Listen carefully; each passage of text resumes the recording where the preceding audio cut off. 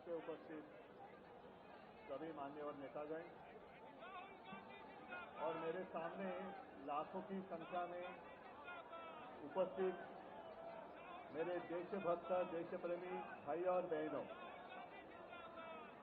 हम सबको पता ही है कोई चुनावी रैली नहीं है।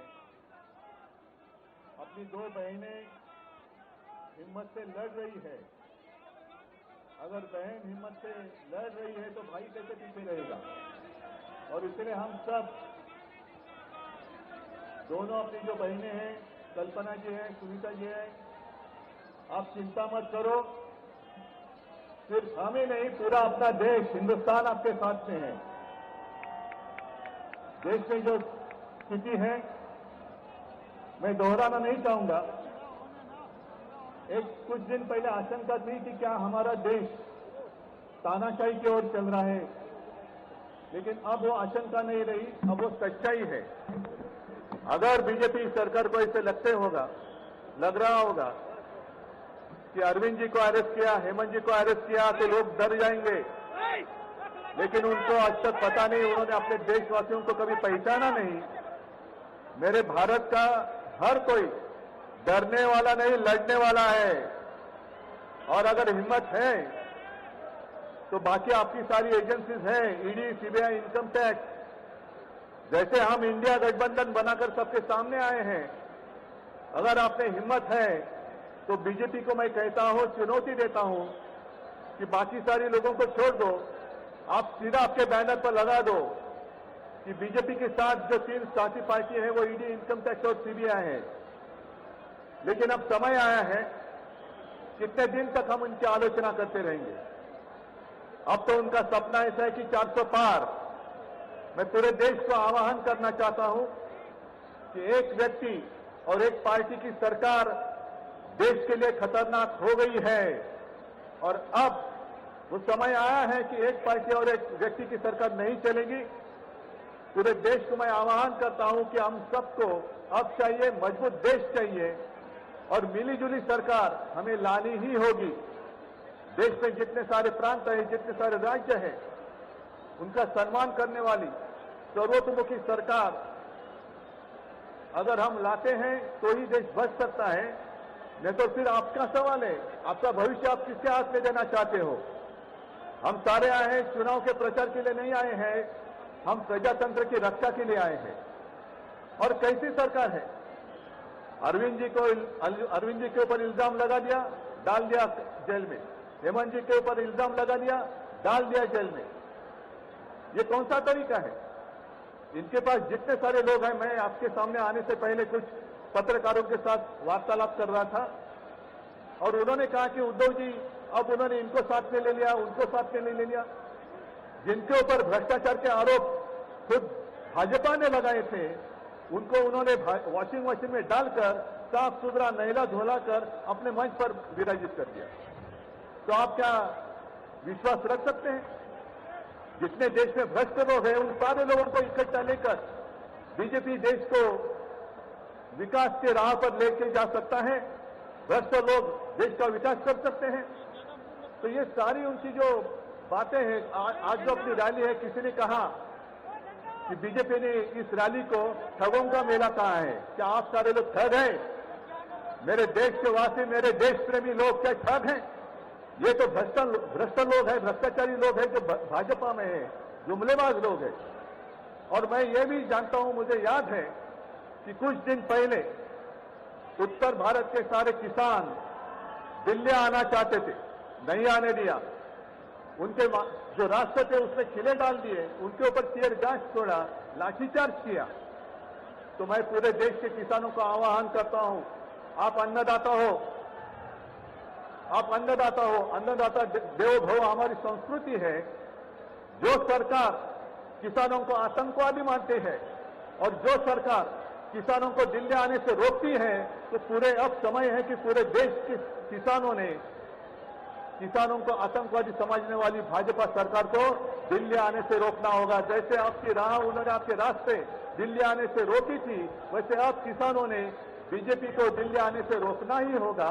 और एक नारा जो मैंने मुंबई में दिया था, वो जो कहते हैं कि आपकी बार 400 पार।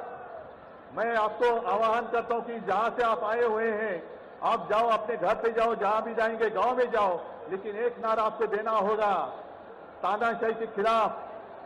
अब की बार भाजपा तड़ी पार, अब की बार भाजपा तड़ी पार। और ऐसे तानाशाही करने वाली सरकार अब हम दिल्ली आने नहीं देंगे। यही शपथ लेकर आगे हमें जाना होगा। और फिर से एक बार सुनीता जी, कल्पना जी, आप चिंता मत करो, पूरा देश आपके साथ है। आप लड़ाई जीतेगी और हम सब लड़ाई जीतेंगे, प्रजातंत्र जीतेगा। और इसलिए हम सब दोनों अपनी जो बहनें हैं, कल्पना जी हैं, सुनीता जी हैं, आप चिंता मत करो। सिर्फ हमें नहीं, पूरा अपना देश, हिंदुस्तान आपके साथ में है। देश में जो स्थिति है मैं दोहराना नहीं चाहूंगा।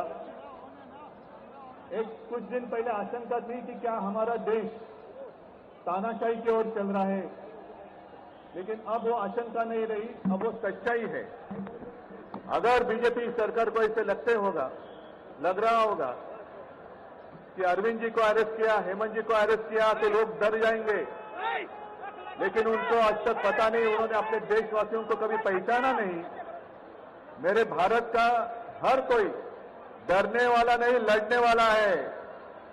और अगर हिम्मत है तो बाकी आपकी सारी एजेंसीज हैं, ईडी, सीबीआई, इनकम टैक्स, जैसे हम इंडिया गठबंधन बनाकर सबके सामने आए हैं।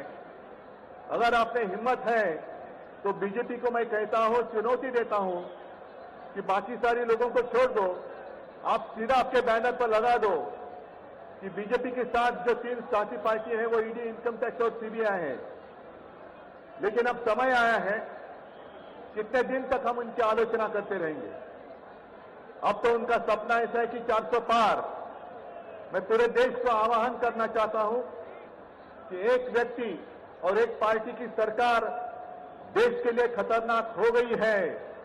और अब वो समय आया है कि एक पार्टी और एक व्यक्ति की सरकार नहीं चलेगी। पूरे देश को मैं आह्वान करता हूं कि हम सबको अब चाहिए, मजबूत देश चाहिए और मिलीजुली सरकार हमें लानी ही होगी। देश में जितने सारे प्रांत हैं, जितने सारे राज्य हैं, उनका सम्मान करने वाली सर्वतोमुखी सरकार अगर हम लाते हैं तो ही देश बच सकता है। नहीं तो फिर आपका सवाल है, आपका भविष्य आप किसके हाथ में देना चाहते हो? हम सारे आए हैं चुनाव के प्रचार के लिए नहीं आए हैं, हम प्रजातंत्र की रक्षा के लिए आए हैं। और कैसी सरकार है? अरविंद जी के ऊपर इल्जाम लगा दिया, डाल दिया जेल में। हेमंत जी के ऊपर इल्जाम लगा दिया, डाल दिया जेल में। ये कौन सा तरीका है? इनके पास जितने सारे लोग हैं, मैं आपके सामने आने से पहले कुछ पत्रकारों के साथ वार्तालाप कर रहा था और उन्होंने कहा कि उद्धव जी अब उन्होंने इनको साथ में ले लिया, उनको साथ में ले लिया। जिनके ऊपर भ्रष्टाचार के आरोप खुद भाजपा ने लगाए थे, उनको उन्होंने वॉशिंग मशीन में डालकर साफ सुथरा नहला धुला कर अपने मंच पर विराजित कर दिया। तो आप क्या विश्वास रख सकते हैं? जितने देश में भ्रष्ट लोग हैं, उन सारे लोगों को इकट्ठा लेकर बीजेपी देश को विकास के राह पर लेके जा सकता है? भ्रष्ट लोग देश का विकास कर सकते हैं? तो ये सारी उनकी जो बातें हैं, आज जो अपनी रैली है, किसी ने कहा कि बीजेपी ने इस रैली को ठगों का मेला कहा है। क्या आप सारे लोग ठग हैं? मेरे देश के वासी, मेरे देश प्रेमी लोग क्या ठग हैं? ये तो भ्रष्ट लोग हैं, भ्रष्टाचारी लोग हैं जो भाजपा में है, जुमलेबाज लोग हैं। और मैं ये भी जानता हूं, मुझे याद है कि कुछ दिन पहले उत्तर भारत के सारे किसान दिल्ली आना चाहते थे, नहीं आने दिया। उनके जो रास्ते थे उसमें खिले डाल दिए, उनके ऊपर टीयर गैस छोड़ा, लाठीचार्ज किया। तो मैं पूरे देश के किसानों को आह्वान करता हूं, आप अन्नदाता हो, आप अन्नदाता हो, अन्नदाता देवो भव हमारी संस्कृति है। जो सरकार किसानों को आतंकवादी मानती है और जो सरकार किसानों को दिल्ली आने से रोकती है, तो पूरे अब समय है कि पूरे देश के किसानों ने किसानों को आतंकवादी समझने वाली भाजपा सरकार को दिल्ली आने से रोकना होगा। जैसे आपकी राह उन्होंने आपके रास्ते दिल्ली आने से रोकी थी, वैसे अब किसानों ने बीजेपी को दिल्ली आने से रोकना ही होगा। और एक नारा जो मैंने मुंबई में दिया था, वो जो कहते हैं कि आपकी बार 400 पार, मैं आपको आह्वान करता हूं कि जहां से आप आए हुए हैं आप जाओ, अपने घर पे जाओ, जहां भी जाएंगे गांव में जाओ, लेकिन एक नारा आपको देना होगा तानाशाही के खिलाफ, अब की बार भाजपा तड़ी पार, अब की बार भाजपा तड़ी पार।